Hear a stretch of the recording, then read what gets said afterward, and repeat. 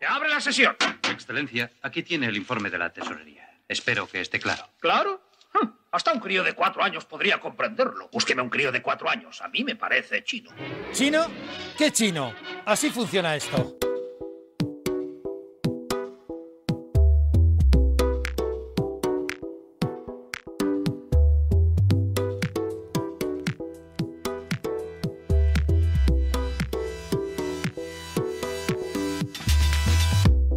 La crisis, ¿en qué medida nos va a cambiar? Esta, la presente, ¿dónde nos va a llevar? Hombre, el futuro siempre pensamos que será mejor. El cine a veces, a menudo, nos dibuja perspectivas de un crecimiento, de una vida tecnológicamente cómoda e impensable, es verdad, pero avanzada. Pero, ¿y si el futuro es más Mad Max que la Guerra de las Galaxias? ¿Y si la crisis actual va a devenir en algo mucho más grave? ¿Y si las advertencias de quienes a veces vemos como apocalípticos en realidad son las más sensatas? Hola, Ana Comellas, ¿cómo estás? Hola, Juanra Lucas, un poco preocupada con esta entrada que nos das. No, es simplemente una anotación nada al margen para introducir el tema que vamos a hablar hoy en el podcast, que me parece tremendamente interesante, como es sugestiva la personalidad y los conocimientos de nuestro invitado. Estrenamos invitado en este podcast y eso le va a dar un relieve en el que tú y yo no habíamos pensado nunca, ¿eh? Sí. Estrenamos con un hombre del Renacimiento, ahora que necesitamos renacer, con un licenciado en matemáticas, un licenciado en física. Física teórica. Y es investigador en el Instituto de Ciencias del Mar en Barcelona. Se llama Antonio Turiel. Antonio, ¿qué tal? Hola, ¿qué tal? Bueno, gracias por estar con nosotros. Gracias a vosotros por invitarme. Acaba de publicar un libro que se llama Petrocalipsis, bien, que ya el título es muy sugestivo. Sí, no, pero y uno ve, en cuanto le echa un vistazo, luego ya si te metes dentro vas encontrando algunas claves que yo creo que iremos desgranando aquí. Pero me recuerda la canción de Sabina, Lo niego todo. Porque en este Petrocalipsis habla de una perspectiva de futuro en la que ninguna de las cosas que tenemos delante y ninguna de las agarraderas que creemos que nos va a salvar de la crisis es eficaz. Pero sí lo hay, sí lo hay. De entrada, la crisis del petróleo, uno desde que tiene uso de razón recuerda hablar de crisis del petróleo. Una crisis del petróleo en los años 70 y empezamos el siglo XXI con otra crisis del petróleo. Ahora estamos, no sé si en la misma, en una continuación. ¿En qué crisis estamos? Estamos en la tercera, cada una de ellas motivada por un problema diferente. La crisis de los años 70 viene motivada porque Estados Unidos llegó a su máximo de producción histórico en el año 71. Además es justo el momento que abandonan Bretton Woods, abandonan el patrón oro. Y bueno, y se origina una época muy inestable. Yo nací en aquellos años, y me acuerdo aquellos anuncios que hacían por la tele de ahorra energía, porque aunque usted pueda, España no puede. Y bueno, fue cuando se empezaron a poner yacimientos que hasta entonces no se contemplaban porque eran más caros, los yacimientos del Mar del Norte, el petróleo Brent, que es cuando empezamos a hablar de él y demás. Y después, bueno, cuando ya acabó la guerra de Irak e Irán, se aliviaron también las tensiones que había por ahí, el mundo volvió a florecer a otro ritmo, ya no íbamos al mismo ritmo porque era un petróleo más difícil de extraer, ya no era la abundancia de los años 60, pero podemos seguir tirando hasta principios del siglo XXI.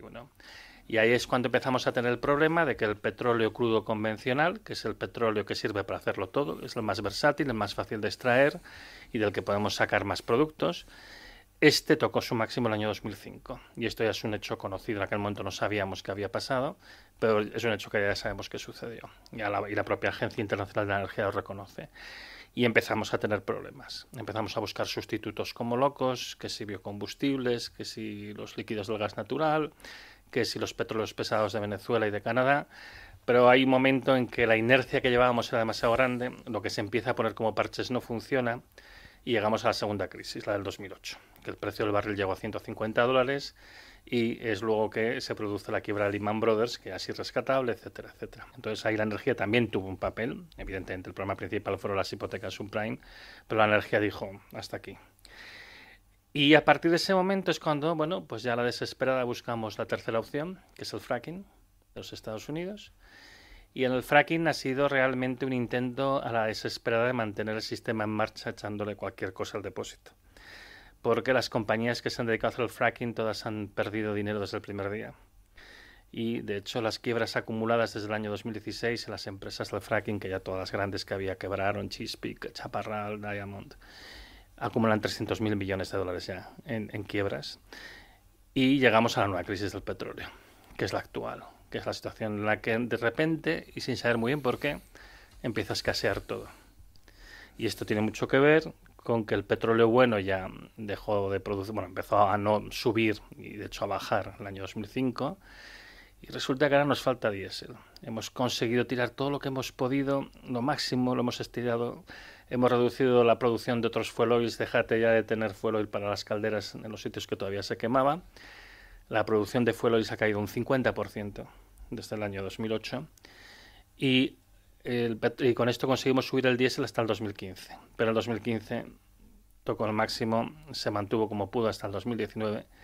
Y ahora está cayendo en picado. Desde el 2019 cae, encima la pandemia ha acelerado su caída y ahora cae un 15% con respecto a su máximo. Y de repente nos damos cuenta de que los camioneros no quieren ser camioneros porque les reducen el sueldo, porque las condiciones laborales son peores, por los transportistas alarmados por el alto precio del diésel. Vayan a una gasolinera y verán que el diésel está prácticamente en precios del año 2008. Y eso que el petróleo no está tan caro relativamente. Pero es que falta petróleo del bueno para hacer diésel. Y eso afecta también al transporte marítimo, porque el transporte marítimo no utiliza exactamente diésel, pero ahora necesitan utilizar un combustible con menos emisiones de azufre y compiten en la misma franja. Y los portes marítimos se multiplican por 10. Y entonces todo empieza a ralentizarse, todo empieza a parar. Y ahora que los precios bajan un poco, dicen, ya está, la crisis se resuelve, pero lo que está pasando es que las empresas se están muriendo. Entonces caen los precios porque cae la demanda, pero no cae la demanda, o sea, no es que tengamos más producción, no tenemos más disponibilidad. Lo que tenemos es menos personas en este juego de sillas, que cada vez van quedando menos sillas para todos los actores que tenemos por delante. Y la perspectiva de futuro es compleja, es muy complicada, porque las empresas del sector reducen su inversión, porque ya hace unos años que comprendieron que ya no queda petróleo barato y no quieren perder más dinero. O sea, nos hemos metido de cabeza en la crisis actual. Así, no. Está bien. Pero nos has llevado a eso que estamos viviendo ahora, que muchos llaman, y aquí en este podcast lo hemos llamado la tormenta perfecta, porque se juntan un montón de elementos que son la parálisis industrial y económica durante la COVID, la recuperación que hace que aumente algo la demanda y nos encontramos con ese cuello de botella que empiezas a atisbar. Pero has tocado ahora un tema que me parece que es fundamental y no me había parecido oírte, y creo que es muy importante, insisto, y es que las empresas consideran que el negocio petrolero no es suficientemente rentable y por lo tanto extraen menos petróleo. Dejan de invertir. O dejan de invertir. Eso es lo que está pasando. De hecho, del año 98 al año 2014, las compañías petroleras y gasísticas del mundo multiplicaron por 3 su gasto en lo que se llama el segmento upstream, que es el segmento de búsqueda y puesta en explotación de nuevos yacimientos, aunque también mantenimiento de los yacimientos existentes. Básicamente, si quieres tener más petróleo y más gas, tienes que gastarte dinero en esto. Y hicieron un esfuerzo muy grande. Como digo, del año 98 al 2014 lo multiplicaron por 3. Desde el año 2014 lo han reducido en un 60%. Ahora es un 40% de lo que fue en el año 2014. ¿Pero por qué? ¿No pueden subir los precios del petróleo? Ahí está el problema. Ellos comprobaron que... Ellos saben perfectamente, porque esto es un tema que está bastante estudiado, que hay un precio máximo para el petróleo antes de que empiece a causar daño en la economía. Esto, por ejemplo, lo ha estimado, entre otros, el profesor James Hamilton, que es un profesor de economía de la Universidad de California en San Diego, que de hecho fue llamado a declarar delante del Congreso de los Estados Unidos para exponer el resultado de sus trabajos. Y él calculó que siempre que la factura petrolífera desborda el 5,5% del PIB, se entra en recesión. Entonces echas cuentas y en aquel momento, en el periodo que va del 2011 al 2014, que es el periodo que decide a las petroleras de que no se puede seguir adelante, ese límite estaba a $120. Y lo cierto es que las compañías petroleras hicieron un gran esfuerzo. Y durante ese periodo que va del 2011 al 2014, que el precio subía porque no había oferta suficiente, mantuvieron a raya el precio, no lo dejaban pasar de 120, cada vez que pasaba lo tiraban para abajo y demás. Y después de ese trienio, comprobaron que cada año perdían $110.000 millones al año. Y entonces entendieron que el juego se había acabado, no queda petróleo que se pueda explotar a un precio que la sociedad pueda pagar. ¿Y qué hacen? Desinvierten. Algunas muy drásticamente. Repsol ha reducido un 90% su inversión desde el año 2014. Repsol ya no busca nuevos yacimientos, declaradamente, Antonio Brufau lo ha dicho, y lo que hacen básicamente es comprar centrales hidroeléctricas y irse a otras líneas y otros factores de negocio, porque saben que aquí no queda ninguno. Y Naturgy está haciendo movimientos parecidos, porque hay un cierto mimetismo en el mercado del gas, con un poco de retraso, pero está pasando algo muy parecido. No quedan hidrocarburos que sea rentable explotar. Permíteme solo una cosa. Esto teóricamente sería una buena noticia, porque acabamos con energías contaminantes y entonces buscamos ya la alternativa en la eólica, en la solar y hasta en la nuclear, ¿no? Claro, lo que pasa es que yo ahí creo, y es un desconocimiento general de la población, cuando pensamos en gasolina, pensamos en llenar el depósito y ya está, pero claro, el petróleo se utiliza para otras muchas cosas que no llegamos a ver, ¿no? Está claro, el uso principal, el más importante de los usos que le damos ahora mismo al petróleo es como combustible para el transporte. El transporte es básicamente la médula espinal de nuestro sistema económico. El 98% del transporte se mueve con combustibles derivados del petróleo. Pero también, perdóname la interrupción, porque nos hemos ido a un modelo económico muy deslocalizado. Claro, efectivamente, esa es la clave de todo el asunto. Es decir, nosotros hemos podido pensar en hacer la globalización porque había mucha energía abundante y barata. Y lo que sucede ahora es que ya no hay tanta energía y ya no es tan barata, que es lo que está pasando con el petróleo y los combustibles derivados. Y entonces, ¿qué pasa? Nuestro modelo fracasa hace aguas. Y es el momento en el que empieza a haber problemas con los camioneros que empezaron en el Reino Unido, porque con el Brexit ellos se adelantaron, ¿no? Y avanzaron por el mismo camino que íbamos los demás, pero luego a las pocas semanas empezaron a faltar en Estados Unidos, en Europa, y ahora ya sabemos que aquí vamos a tener un paro convocado por la patronal del 20 al 22 de diciembre, sí, por el mismo motivo, porque los costes son muy elevados.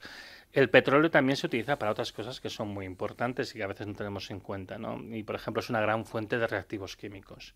Entonces, mucha de la producción de medicamentos y de sustancias que se utilizan en industrias diversas dependen del petróleo, los pesticidas que utilizamos en los campos dependen del petróleo y así un largo etcétera de cosas. Entonces, la cuestión que planteaba antes, se supone que si se va acabando con esta energía, que es altamente contaminante, bueno, tenemos la alternativa. Sí, y yo siempre digo que evidentemente vamos a un modelo 100% renovable. Lo que pasa es que no estoy de acuerdo en cuánto es este 100%. Es decir, que al final, de aquí a la vuelta de 50, 60, 100 años, toda la energía que consumiremos o mayoritariamente será renovable, para mí no plantea muchas dudas. Lo que yo digo es que será bastante menos energía que la que consumimos ahora mismo. ¿Podemos ir haciendo un repaso un poco de esas fuentes alternativas? Porque ahora estamos como muy concienciados, ¿no? Con el tema, los aerogeneradores, que España además es un país puntero en la producción, tema solar, etcétera. ¿Podríamos ir repasando un poco? Porque, bueno, si quieres empezamos por la más contaminante, ¿no? El carbón, nos estamos descarbonizando. Sí. El carbón tiene el mismo problema que el petróleo, también está tocando sus máximos de producción, cosa que ya sabíamos. Hay una cosa que sucede con todas las materias primas energéticas no renovables y es que se ha producido un efecto de sincronización de su llegada a su máximo productivo. Y eso tiene una lógica económica, es decir, cuando tú tenías un combustible que se utilizaba menos y que por tanto era más barato, había un incentivo para buscar nuevas maneras de aprovecharlo y desviar usos, que a lo mejor estabas utilizando petróleo, pues mira, si puedo utilizar uranio o carbón o gas, pues utilizo esto. Con lo cual tiene la ventaja de que tienes un mejor aprovechamiento económico, aprovechas un recurso que tienes ahí, tiene el inconveniente de que sincronizas los picos productivos de todas estas materias. Entonces, este es el problema que tenemos ahora mismo, que sus picos productivos se están pasando con muy pocos años de diferencia. El carbón llegó al máximo hacia el 2014, ahora está ondulando, todavía puede ser que marque un poquito más, pero ya no se mueve prácticamente donde está. El petróleo claramente fue en 2018, porque con la desinversión que hay es imposible que se recupere. El uranio fue en el 2016 y además encima cae muy deprisa. Eso es un problema que se sabe que pasa con las minas de uranio, que una vez que llegan a su máximo caen muy deprisa. Ahora mismo es un 20% menos que en 2016. Y en cuanto al gas, es el único que aún no ha llegado a su máximo, pero ya se empieza a ver que va a ser en algún momento de esta década, incluso podría ser en este lustro. Y encima, como el gas se transporta con dificultad, lo mejor es siempre tener una conexión por tierra a través de un gasoducto. Eso nos crea un problema a nivel de Europa porque nuestros dos suministradores principales, que son Argelia y Rusia, los dos han llegado a su máximo hace 10 años. Y encima Argelia aumenta muy rápidamente su consumo, con lo cual le crecen muy rápidamente sus exportaciones. Con lo cual, en cuanto a las materias primas no renovables, pues están todas por el estilo. Si no han llegado, están llegando ya no van a dar mucho más y entran en un proceso de declive, que en el caso del petróleo, como la desinversión ha sido muy brusca, va a tener una caída demasiado rápida estos primeros años. Luego se irá cayendo más lentamente, pero como las petroleras se retiraron muy escaldadas demasiado rápidamente, la Agencia Internacional de la Energía estima que en el peor de los escenarios posibles, que yo no creo que sea el que se materialice porque habrá una reacción, pero si no hiciéramos nada, podría ser lo que pasase, la producción de petróleo caería un 50% de aquí al 2025. O sea, estamos hablando de nada de tiempo. Eso es una catástrofe, ¿eh? O sea, pensemos que la Segunda Guerra Mundial, o sea, la crisis del 2008 fue una caída del 4% del consumo y la Segunda Guerra Mundial un 20%. Aquí hablamos de un 50%. Pero es que incluso aunque los estados intervengan, va a ser difícil evitar que haya una caída de un 20%, como una Segunda Guerra Mundial. Y luego irá cayendo más progresivamente, pero ahora tenemos que aplicar los frenos. ¿Vamos a las renovables? Bueno, las renovables tienen una serie de características individualizadas, pero hay una serie de problemas que tienen todas ellas en común. Yo siempre lo cifro en 3 problemas principales. El primero es que tiene una limitación de la cantidad de energía que se puede producir. Se da a entender que las renovables es como si fuera una cantidad de energía infinita. La energía que nos llega del sol equivale casi a 10.000 veces toda la energía que consume la humanidad cada año, con lo cual dices, bueno, en principio no tendría que haber problemas. Pero claro, esa energía del sol ya se usa para cosas que son importantes, como hacer crecer las plantas, evaporar el agua, que llueva, que haya vientos, o sea, en fin, cositas que se necesitan. Entonces, siendo más realista, el máximo que se puede llegar a aprovechar está aproximadamente en unas 4 veces el consumo de energía mundial, ¿vale? Que bueno, que nos daría un cierto margen para crecer durante unos años más, durante unas décadas más, y luego tendríamos que parar, ¿vale? El problema es que cuando te lo examinas con más atención y miras limitaciones físicas, y esto es un tema que científicamente aún es controvertido, y hay discrepancias entre las diversas escuelas, hay gente que opina, que opinamos, porque yo me incluyo entre ellos, que el máximo que se puede extraer de las fuentes de energía renovables sería como un 30 o un 40% de la energía que tenemos ahora mismo con todas las fuentes de energía que usamos. Porque claro, no estamos pensando solamente en la energía eléctrica, sino efectivamente en mover barcos, en mover camiones, en fabricar cosas como el acero o la cerámica que necesitan una inversión energética muy grande. Ese es otro de los problemas. Es decir, el primer problema es cuánta energía tú puedes captar. El segundo problema que tienes es ¿qué tipo de energía produces? Si produces electricidad, la electricidad está muy bien para hacer algunas cosas, pero no está muy bien para todo. Entonces, para motores eléctricos conectados a una red, por ejemplo, un tren, fantástico, maravilloso, lo mejor rendimiento del transporte terrestre. Para una máquina autónoma, ya empiezas a tener problemas. ¿Autónoma te refieres un coche o algo que esté desconectado de la red, que se pueda mover sin estar... Vale. Que no lleve un trole, básicamente, o un pantógrafo. Bueno, pues eso ya peor, porque tienes que utilizar baterías. Y entonces ahí aparece el tercero de los problemas, que es la necesidad de materiales que son escasos en el planeta. Perdona, un segundo, antes de entrar ahí. Tú decías que la energía solar es limitada. Toda la energía renovable en su conjunto. Exacto. Lo mismo sucedería entonces con la eólica, por ejemplo, con la hidráulica. Claro, yo he incidido en la cantidad de energía que nos envía el sol porque al final todo depende de ella. Es decir, los vientos se originan por el calentamiento diferencial de las capas de la atmósfera, es decir, porque hay el sol, si no, no habría viento. Y al final la energía hidroeléctrica se origina porque hay una circulación del agua causada por la evaporación. Entonces, todo al final depende del sol, todo. Entonces, hay un aprovechamiento solar directo, que es a través de la energía fotovoltaica, por ejemplo, la solar de concentración. Esta tiene bastante potencial, pero también es limitado. Y también requiere materiales escasos. Y también la estamos orientando a la producción de electricidad. Entonces, esas 3 cosas le pasa a todas las fuentes, a la eólica, a la hidroeléctrica también. Y el problema al final es eso, es potencial limitado, dependencia en materiales que son escasos. Pensemos que en el último informe de la Agencia Internacional de la Energía decía que para hacer la transición rápida al modelo 100% renovable, lo que llaman el escenario de cero neto en 2050, que en principio es lo que necesitaríamos para poder evitar los peores escenarios del cambio climático, la producción anual de litio se tendría que multiplicar por 100, la de cobalto por 42 y la de níquel por 42, que es físicamente imposible, porque yo digo es que no entran ni los camiones donde tienen que estar. Entonces, al final, son valores que son absurdos, que son irrealizables, que además luego hay el problema de que a lo mejor no hay suficientes reservas para poder hacer todo esto a esta escala. Y en el fondo hay un poquito de hipocresía en el discurso del aprovechamiento de los materiales, porque lo que se está hablando en realidad es, bueno, nosotros vamos a hacer nuestra transición y el resto de los países del resto del mundo que arreen con lo que quede. Pero sigue habiendo los otros 2 problemas, cuál es el potencial máximo, que no es tan grande como se dice, y que la electricidad, aunque es útil, no es lo más útil. Pensemos que la electricidad a nivel del mundo representa solamente el 20% de toda la energía final que se aprovecha. Los países avanzados es algo más, un 23,6% en España, un 24% en Alemania. Tienes un 70 y muchos % de consumo energético que no se hace en la forma de electricidad y que muchos de ellos son de difícil o inclusive imposible electrificación. Por ejemplo, fabricación de acero. Hoy en día el acero se hace cogiendo mineral de hierro, se pone una fundición con un carbón especial que se llama carbón de coque, que no solo aporta el calor al mineral, sino que además hace que los átomos de carbono se entrelacen con los de hierro y forman esta aleación, bueno, el acero que es más duro, ¿no? Necesitas una fuente de carbono de algún lado. Eso solamente con hidrógeno, por ejemplo, no es tan sencillo. ¿Qué puedes hacer? ¿Recurres al carbón vegetal como se hacía en el siglo XIX? Más impurezas, peor calidad. Tienes otros problemas. El transporte es de compleja adaptación a un sistema eléctrico. Ya hemos dicho que en los vehículos autónomos te puedes plantear hacer coches con autonomía limitada y los buenos de verdad son muy caros.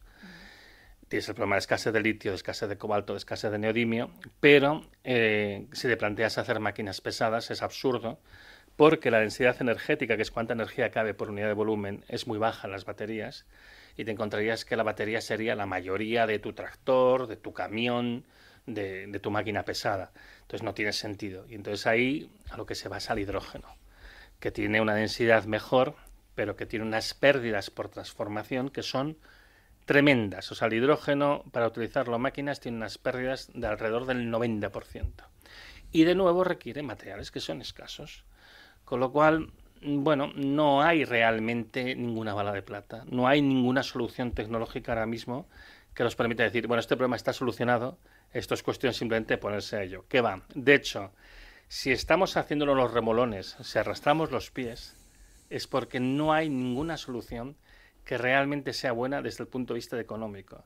Si fuera tan rentable, si fuera tan maravilloso, hace tiempo que las empresas lo hubieran adoptado, sin ningún tipo de problemas. Pero es que el problema es que no es rentable, no es algo bueno, es un ir hacia atrás. Y no hay... ahora estás hablando, claro, de minerales que yo entiendo que hace 100 años el litio, pues lo mismo decían, uy, un poco de litio, me estorba para fabricar acero. No hay posibilidad de verdad, bueno, de verdad, claro, esto es el futuro, no sabemos lo que será, ¿no? Pero que la ciencia, la tecnología o ese estudio de nuevas formas de producir las cosas nos lleven a otro material que sí podamos explotar de una forma diferente y conseguir esa energía. Mira, hay una cosa que es curiosa cuando se habla, por ejemplo, de las baterías o de las renovables, que la gente tiene la impresión de que hemos empezado a investigar sobre ellas hace relativamente poco. La energía eólica se lleva utilizando en el planeta desde el año 60 en el sentido moderno. Entonces se utilizaba antiguamente pues, para moler agua y para moler grano y lo que sea, ¿no? Pero el sentido moderno de producción de electricidad se lleva usando desde los años 60. La fotovoltaica se lleva utilizando desde antes, porque es lo que llevaba los paneles de las sondas espaciales que hemos estado lanzando todas estas décadas. Y de hecho ha sido la industria aeroespacial que ha favorecido el desarrollo de justamente la fotovoltaica. Y las baterías, hace casi 2 siglos que las estamos desarrollando. Esto empezó con Alessandro Volta, o sea, bueno, que ahora dicen que no realmente no fue él, sino que fue otro. Sí, ¿no? pero las pilas, ¿no? Sí, pero que llevamos desarrollándolas muchísimo tiempo. Pensemos que los primeros coches que hubo eran eléctricos. Antes de que se impusiera el motor de explosión, eran coches eléctricos y no tenían malas prestaciones para la época. Las baterías se llevan usando muchísimo tiempo porque han sido necesarias para un montón de dispositivos durante muchísimo tiempo. Las baterías no es que hayan tenido pocas décadas de desarrollo, han tenido muchas décadas. Se siguen investigando materiales nuevos, por supuesto, continuamente. Pero también sabemos que hay límites que nos acaban marcando pues, la termodinámica y la ciencia de los materiales, que nos dice, bueno, puedes hacer mejoras, puedes hacer evolución. Ya ha habido una evolución a nivel de baterías, de la tecnología fotovoltaica, de la tecnología eólica, todo ha ido evolucionando, ha ido mejorando. Lo que no es esperable son revoluciones. Esa era la pregunta. Y aquí no hay, aquí lo que necesitamos es una revolución. No necesitamos un pequeño incremento adicional, una mejora. No. Necesitamos un cambio de paradigma, necesitamos algo mucho mejor que lo que hay. Y esto, sinceramente, nadie honestamente puede decir, esto pensamos que lo vamos a poder conseguir con tal o cual material. Más bien al contrario, los indicios que tenemos es que no. Lo que haremos será utilizar materiales para hacer cositas, para aplicaciones concretas, que serán un poquito mejores, pero ya está. Claro, porque la fusión... Claro, entonces no. No, la fusión nuclear o China, ¿no? Que está investigando mucho con el torio como alternativa al uranio para las centrales nucleares. ¿Tú sabes cuándo se hizo el primer reactor reproductor rápido? Que el reproductor chino este que están haciendo pertenece a esta familia, la familia de reactores reproductores rápidos. ¿Tú sabes cuándo se hizo el primero de la historia? No. De un año. Pero en este siglo, o sea, en el siglo pasado. O... De un año. Bueno, después de la Revolución China, supongo, de la Revolución Cultural. 1947. Y se hizo en Estados Unidos. O sea, que antes. Con la misma tecnología de sales fundidas ha habido varios reactores. De hecho, los canadienses tienen un diseño que es diferente, que utiliza también sales fundidas. Y con reactores reproductores rápidos ha habido varios diseños así. O sea, esto que están haciendo los chinos, que es un experimento, no lo olvidemos, porque mucha gente lo vende como si ya estuviera... Sí. Van a construir un reactor para experimentar. Hay ahora mismo operativos 3 reactores reproductores rápidos en el mundo, 2 en Rusia y el tercero no me acuerdo dónde está, que los 3 son experimentales, igual que la docena de otros que ha habido antes de ellos. Está bien que se haga investigación, está bien que se experimente, porque ahí podremos conseguir cosas, a lo mejor no como fuente de energía, pero a lo mejor como fuente de materiales, otras cosas que nos pueden venir bien, ¿vale? Y en todo caso, si funciona como fuente de energía, fantástico, pero no olvidemos que hablamos de experimentos y los experimentos nunca tienen garantizado el éxito. Precisamente para eso se hace la investigación.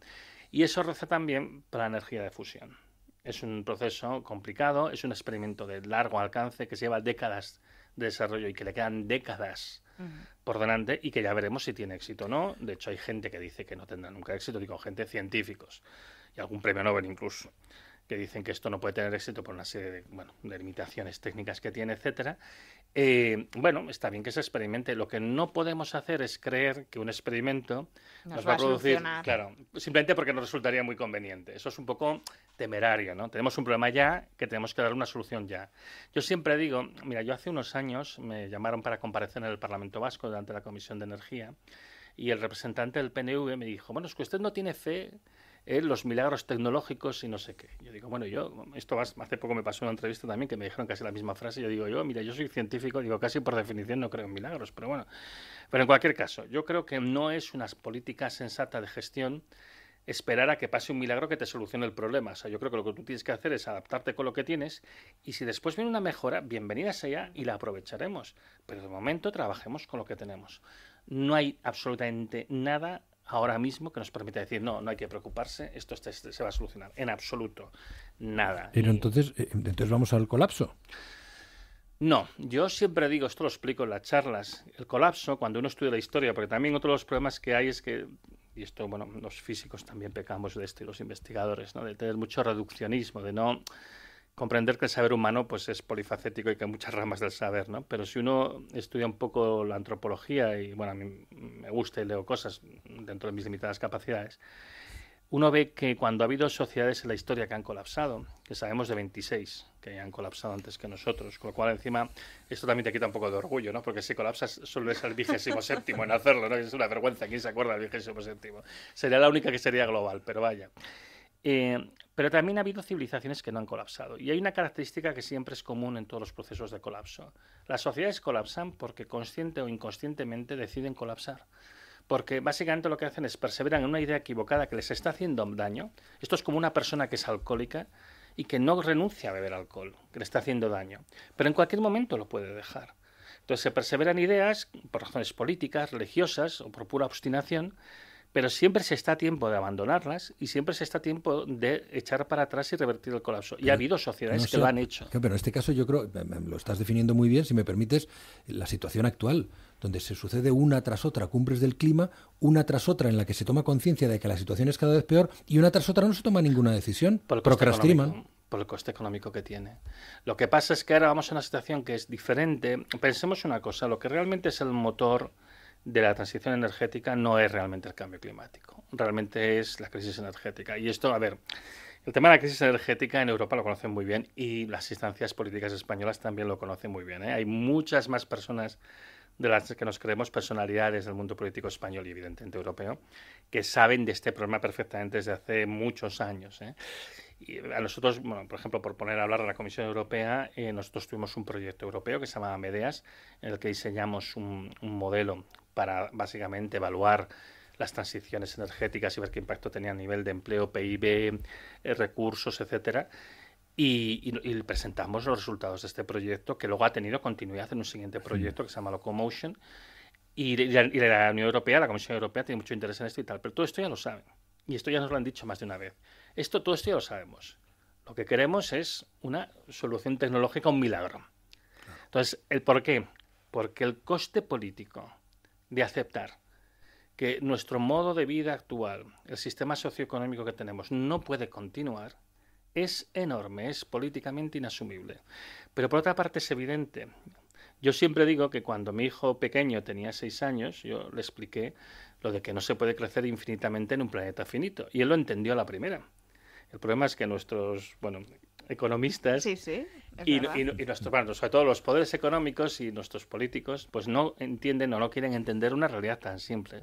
Tú no puedes tener un sistema económico diseñado para crecer siempre, tanto el consumo de recursos como la generación de residuos, en un planeta que, aunque es grande, no deja de ser una esfera, no deja de ser finito.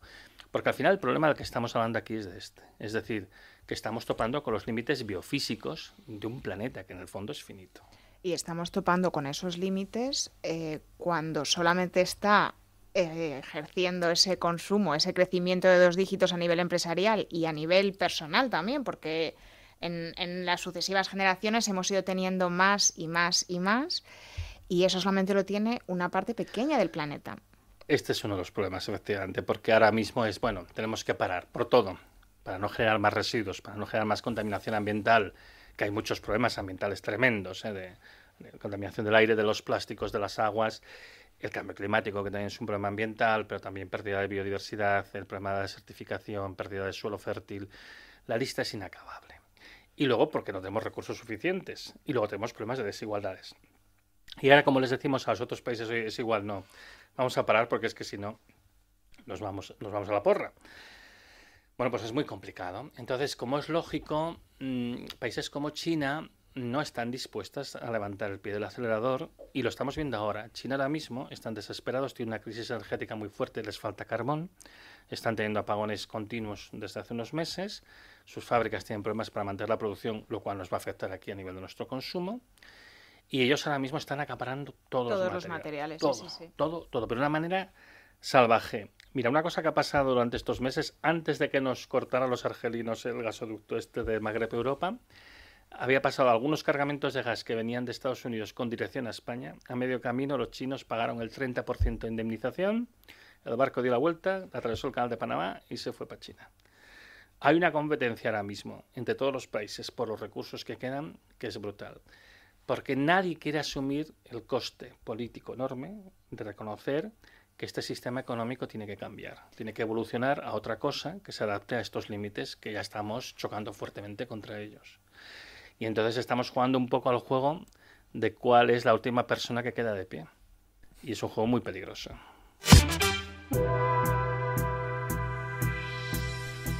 Entonces, quizá, no, sí, claro, es que nos quedamos Ana y yo, como palabras. Imagino que quien está escuchando esto sin palabras, porque entonces no hay alternativa, salvo que no lo sé, porque si hay que cambiar el paradigma, ya no hay que, tú lo estás apuntando por ahí, creo que ya no es, y en este podcast lo hemos comentado en alguna ocasión, ya no es el crecimiento, por el crecimiento, no hay que crecer, habrá que buscar otra alternativa, habrá que vivir de otra forma, habrá que cambiar las cosas, pero ¿quién le va a poner el cascabel al gato?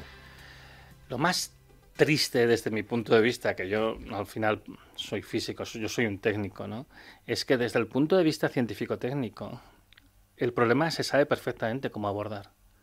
Tenemos conocimientos científico-técnicos para garantizar un nivel de vida a todos los habitantes del planeta, además, no solamente actuales. Sí, a todos los actuales, claro, sí. La población en un momento dado tiene que estacionar, eso es evidente. Nada puede crecer infinitamente en un planeta finito.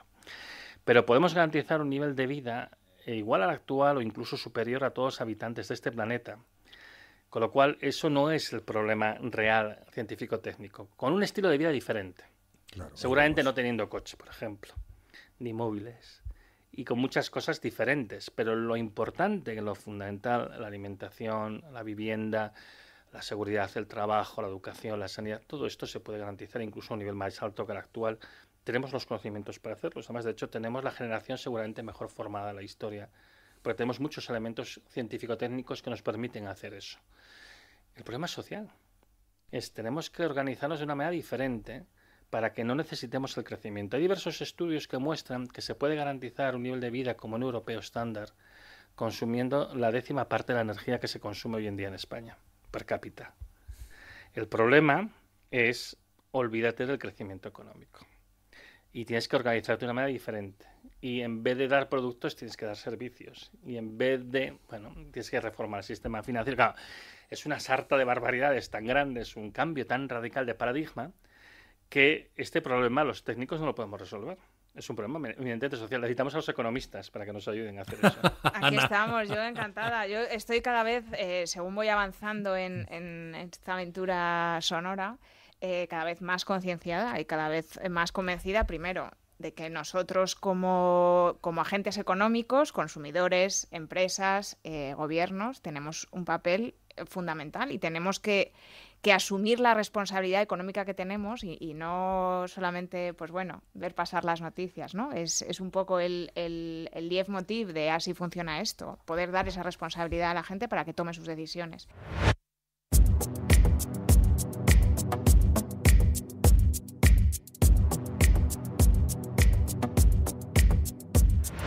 Y estabas hablando de que estamos esperando un milagro tecnológico, pero yo creo que estamos esperando un milagro social, que quizá es más difícil poner de acuerdo a todos esos agentes, no quiero decir económicos, o sea, a todas esas personas con sus diferentes intereses, desde el que está en su casa y quiere estar caliente todo el invierno, a 25 grados en vez de a 22, que es lo que necesita para sobrevivir, hasta el empresario que quiere seguir creciendo a 2 dígitos, hasta el gobierno que no quiere dar la cara y afrontar un problema que efectivamente es lo que tú decías. O sea, el colapso será voluntario o involuntario, pero si seguimos persistiendo en... eso es. No, es que yo quiero tener Black Friday, Navidad, San Valentín y todo lo demás, pues al final efectivamente vamos a ir. Mira, yo... Actualmente la discusión pública, porque lo sé, porque además sobre el sector de la ciencia y la tecnología hay mucha presión, o sea, nos dan dinero un poco más de lo que nos daban y hay mucha presión para que encontremos este milagro. La discusión se orienta hacia el milagro tecnológico. También por ese mismo motivo se le ha dado tanto vuelo a noticias como lo del reactor experimental chino, que tan solo se está construyendo y que no deja de ser un experimento como si ya fuera una realidad que va a empezar a fabricarse más de aquí nada. Tanta desesperanza y tanta presión hay por encontrar una solución tecnológica. La solución social no la estamos esperando, pero la necesitamos. Es lo que necesitamos. Si necesitamos una transformación social muy importante que pasa en muy buena medida, yo creo, por hacer pedagogía. Es decir, tenemos que hacer comprender a los agentes sociales, a la ciudadanía, a los poderes económicos, a los poderes políticos, que necesitamos este cambio para no estrellarnos. Que cuando viene alguien como yo y explica esto, no es porque sea un subversivo radical iconoclasta, sino que digo, no, es que esto es lo que nos muestra la ciencia, que por cierto, esto es un poco parecido a lo que muestra la gente que trabaja en temas de cambio climático y problemas ambientales. Hay que hacer un cambio ya, porque si no nos la pegamos. La diferencia con respecto a ellos allá es que moriríamos por intoxicación o por degradación del medio ambiente. Aquí moriríamos porque de repente nos quedaríamos sin combustible y la máquina no funcionaría y nos caeríamos si vamos en un avión. Bueno. Entonces, igualmente hay que dar una respuesta y la respuesta tiene que ser eminentemente política. Para mí el punto más clave, y esa es la razón por la que yo tengo interés en participar en programas como este y demás, es explicarlo para que la gente lo sepa, lo entienda y se pueda hablar.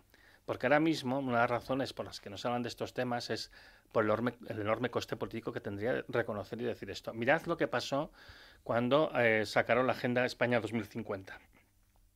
Hecha con varios expertos, en mi opinión muy moderada y optimista, pero decía cosas como no puedes comer carne a menudo, tienes que cambiarte menos de ropa o comprar menos ropa, quiero decir, o cambiarte menos de móvil, etcétera, etcétera y tal. Consumir menos agua y demás. Para mí no estaba mal, para mí sería más bien España 2030 antes que España 2050. Y todo el mundo se tiró encima. Nadie quiere ir al bar de límites. Bueno, pues es ese esfuerzo de pedagogía que hay que hacer comprender que es que lo necesitamos y es inevitable. Es que además hay una cosa que yo siempre digo, vamos a un decrecimiento de la esfera material del metabolismo de nuestra sociedad. Vamos a consumir menos energía, vamos a consumir menos materiales porque no van a estar disponibles. Entonces, la única cosa que podemos escoger no es si vamos a decrecer o no, sino es cómo vamos a hacerlo. Si lo hacemos de una manera pilotada y responsable o de una manera caótica e incontrolable. Y evidentemente, si no hacemos nada, lo que escogemos es la segunda. Y ese es el riesgo, y eso es lo que hay que evitar.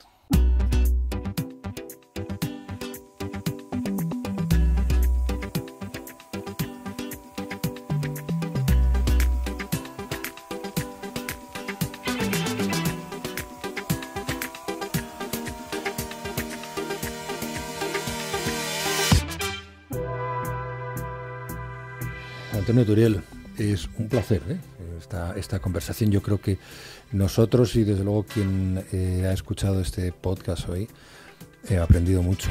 Y sobre todo, en la línea de lo que decías, la solución es social.